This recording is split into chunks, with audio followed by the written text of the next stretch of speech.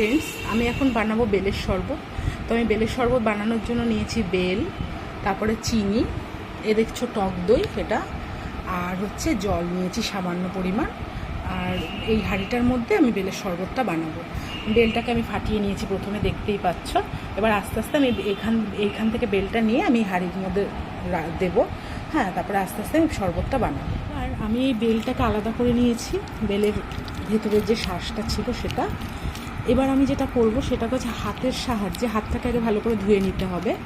হাতের সাহায্যে এটাকে আমি ভালো করে জলটার সাথে ভালো করে আমি মাখবো, এবং মাখার সাথে সাথে আমি বীজটাকে এবং বেলের যে শ্বাসটা রয়েছে সেটাকে আমি আলাদা করে করে আলাদা জায়গায় তুলব। না হলে ভেতরে যদি বীজ আর আঁশ থেকে যায় তাহলে সেক্ষেত্রে কিন্তু বেলের শরবতটা খেতে ভালো লাগবে না। আর এটা মাখতে মাখতে একটা ক্রিমি টেক্সচার আসবে। তোমরা দেখো আমি মাখছি।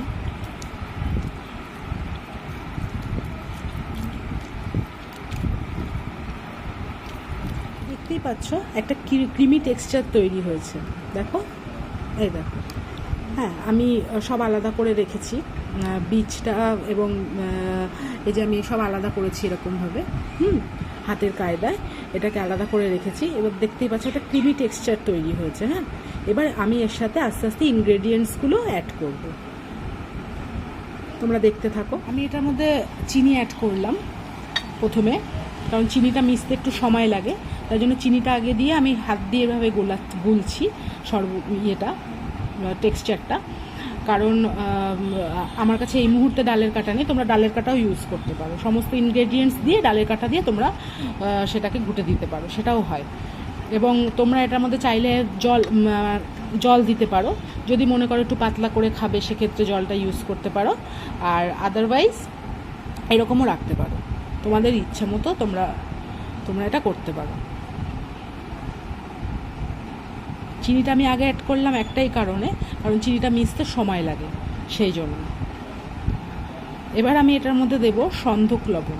তোমরা এমনি লবণও ইউজ করতে পারো, সেটা হচ্ছে এমনি নুন বা বিট নুনও ব্যবহার করতে পারো, কেমন? তো আমি এটার মধ্যে সন্ধক লবণ ইউজ করব। সন্ধক লবণ দিয়েছি আর 4 চামচ দই দিয়েছি। তোমরা ভালো করে দেখো, আমি সন্ধক লবণ ইউজ করেছি আর 4 চামচ দই দিয়েছি। এবার আমি দইটার সাথে আর সন্ধক লবণের সাথে মিশিয়ে নেব।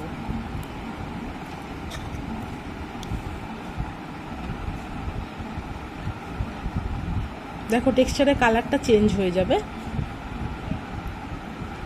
এটা তোমরা ঢালা পড়া করেও মেশাতে পারো, ডালের কাঁটা দিয়ে ঘুরতে পারো। আমি হাত দিয়েই মেশাচ্ছি, সেক্ষেত্রে হাতটা ভালো করে পরিষ্কার করতে হবে তোমাদের।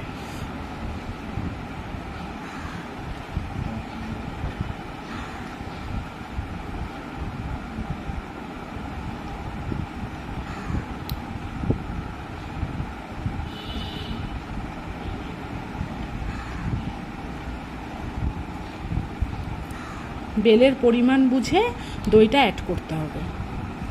দই, চিনি, লবণ বেলের পরিমাণ বুঝে অ্যাড করবে। দেখো আমার বেলের শরবত তৈরি। আমার বেলের শরবত রেডি, তোমরা দেখতে পাচ্ছ। আর এই যে দেখো আমি কাঁসার গ্লাসটা নিয়েছি, কাঁসার গ্লাসে আমি গোপুসোনাকে খেতে দিচ্ছি। কারণ এটার জন্য কারণ আছে, কারণ এই বেলটা আমার গাছের বেল, আমাদের গাছের বেল।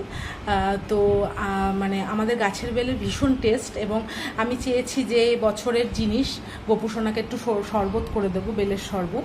সেই জন্য গোপুসোনার জন্য আমি বেলের শরবত বানালাম। সেই শরবতের বানানোর পদ্ধতিটা তোমাদের সাথে শেয়ার করলাম। আর এই হলো আমার শরবত, তোমরা দেখতেই পাচ্ছ। এবার আমি গোপুসোনাকে এটা নিবেদন করব।